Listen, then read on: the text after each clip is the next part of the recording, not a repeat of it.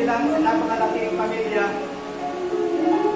ng Diyos na tinawagan sa katotohanan ng Iglesia at Kapistulan sa Timotea.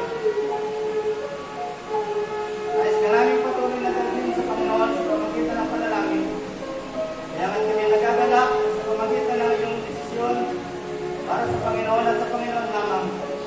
Ikaw ay lalo pang magiging matatag at malapit sa Panginoon sa iyong kabataan.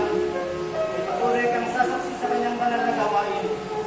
Sapat ang dugo ng ating Panginoong Hesus na luminis sa kasalanan ng tao at sa iyong pagtatalaga para sa Kanya.